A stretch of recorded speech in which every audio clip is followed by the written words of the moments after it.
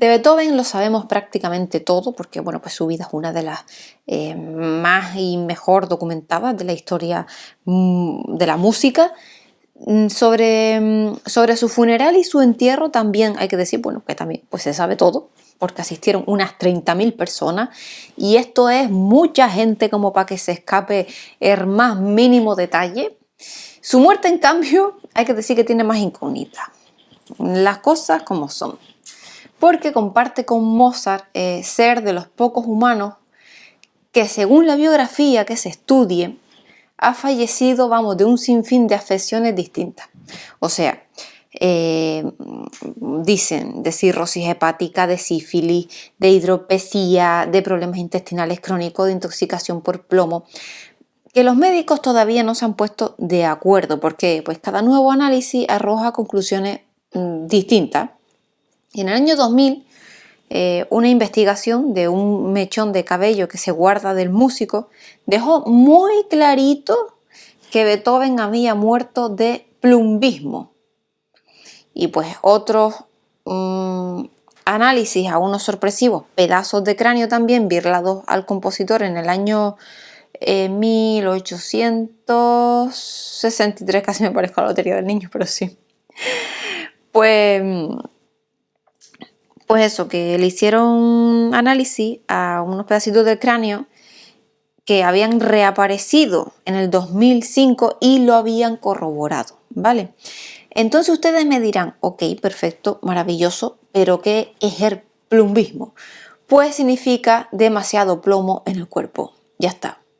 Es más, se deduce que el exceso de plomo en el organismo de Beethoven no provocó solo su muerte a los 57 años, sino que también tuvo la culpa de su sordera y de la mala hostia que se gastaba el músico, porque el plomo, la verdad, cabrea bastante. Los antepenúltimos análisis no hicieron pues eso, más que confirmar lo que ya dijeron los otros citados estudios realizados en aquel año 2000. Y es que en aquella primera ocasión se analizaron cabellos de Beethoven, que por los datos de los cuales se dispone, es que se fue este señor prácticamente calvo a la tumba.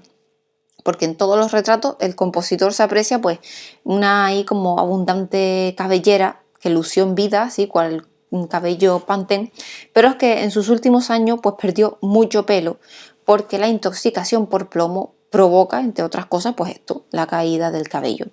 Pero que encima, aparte de eso, que para grabar la alopecia, montones de fetichistas le cortaron a Beethoven los pequeños mechones para guardarlos de recuerdos. O sea, que el pobre, si ya poco pelo tenía, pues menos le han dejado. Así que el cuerpo del músico pues estuvo expuesto durante todo un día de marzo del año 1827 para que pues vieneses y admiradores llegados de toda Austria pudieran despedirse de él. O sea, todo el que por allí pasaba pues le pedía un mechoncito de Beethoven. Y estos cabellos han acabado en museos o instituciones dedicadas al músico.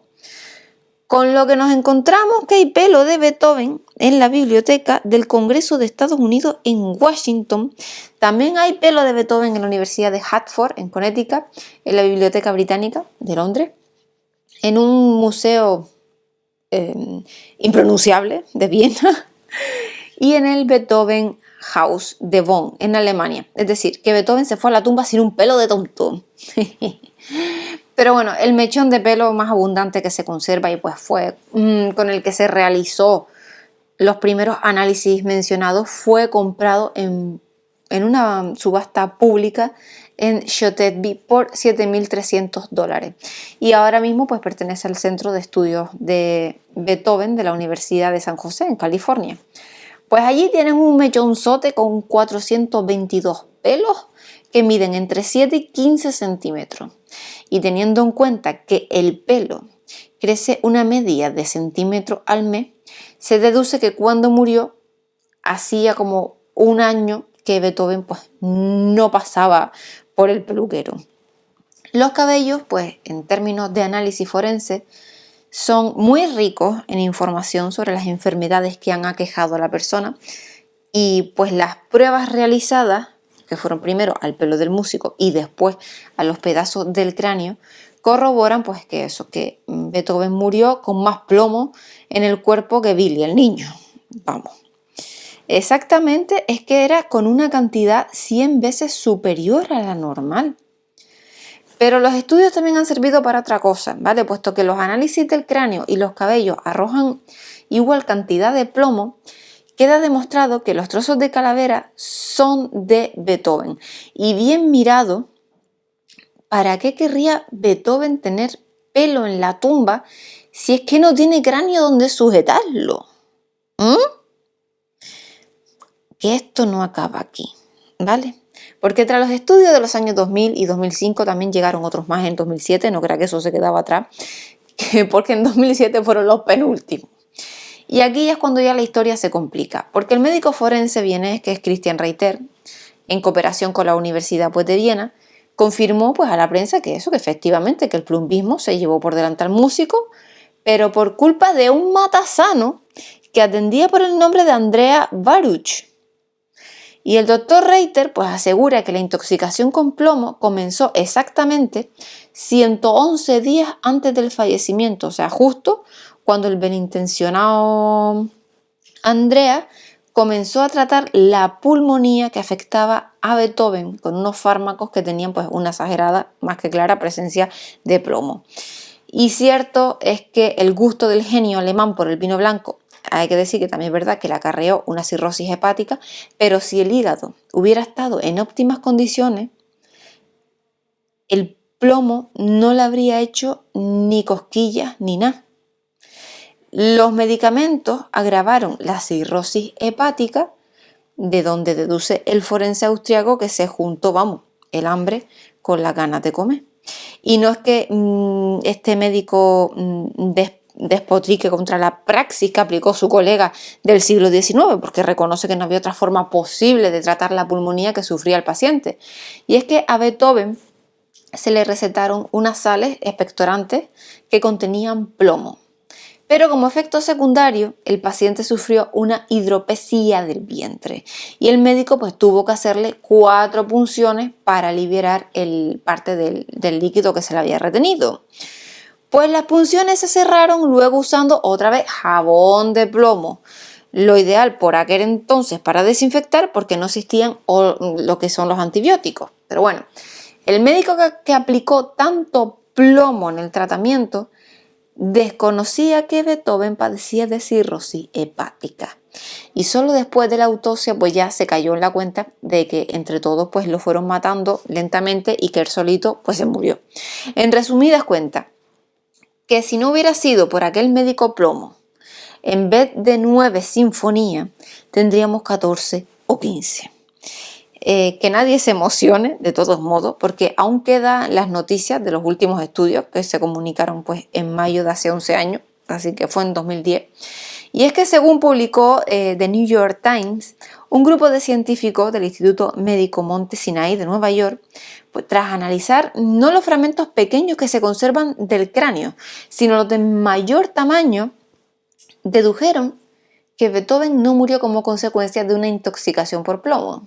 Dicen que estos expertos que los niveles de plomo en los fragmentos del hueso analizado están dentro de lo normal.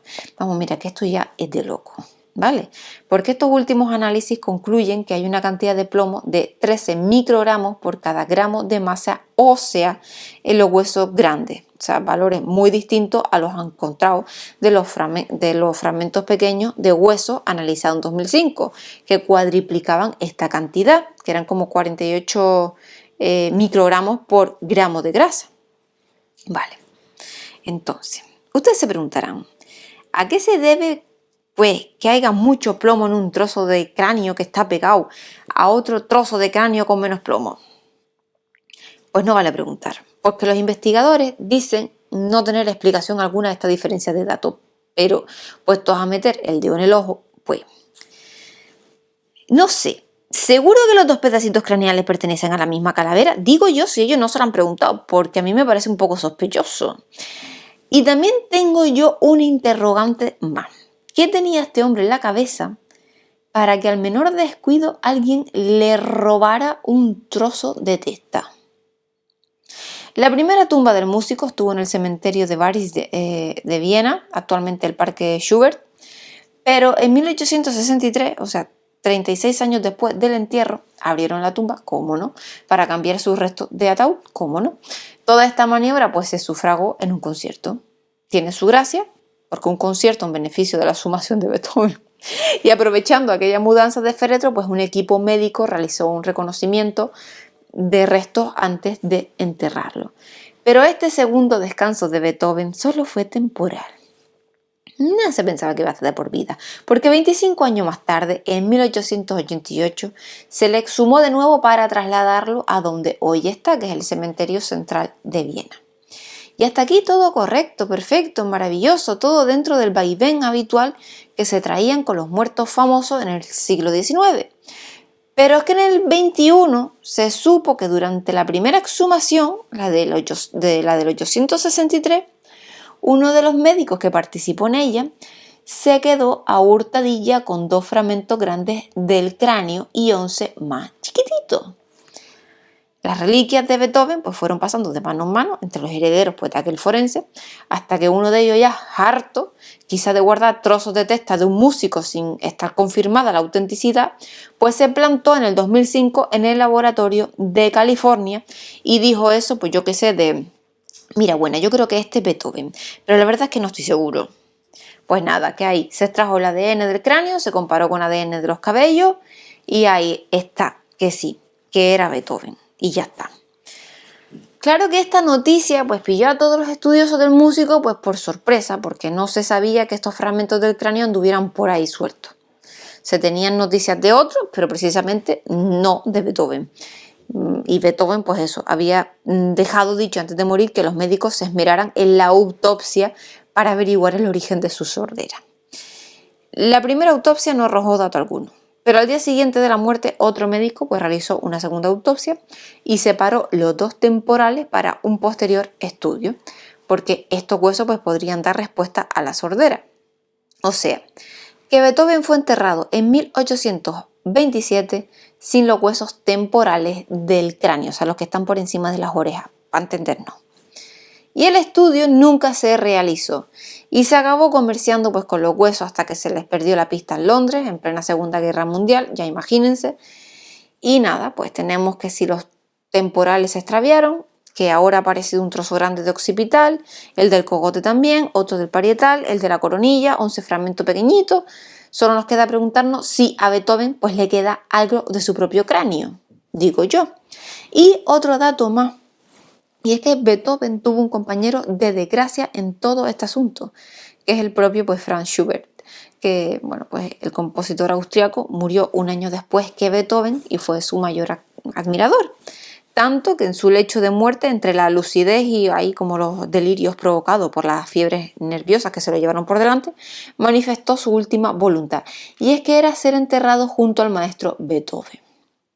Pues el capricho se le concedió, pero ello le supuso atravesar por las mismas vicisitudes que su admirado Ludwig, porque Schubert fue exhumado el mismo día, vuelto a enterrar el mismo día, vuelto a exhumar en el 888, vuelto a enterrar cerquita de Beethoven en el cementerio central de Viena. Todas sus idas y venidas juntitos de la mano. Y teniendo en cuenta que los huesos de Schubert fueron manipulados por los mismos médicos que maniobraron con los de Beethoven y que un galeno cleptómano le birló al alemán occipitales y parietales, a Schubert seguro que le tuvo que quitar algo porque es que era imposible que distinguiera uno de otro. Así que, pero bueno, no importa, que tarde o temprano nos vamos a enterar porque esto ya sabemos cómo va. Pues nada, un saludo y hasta el próximo día. Hasta luego.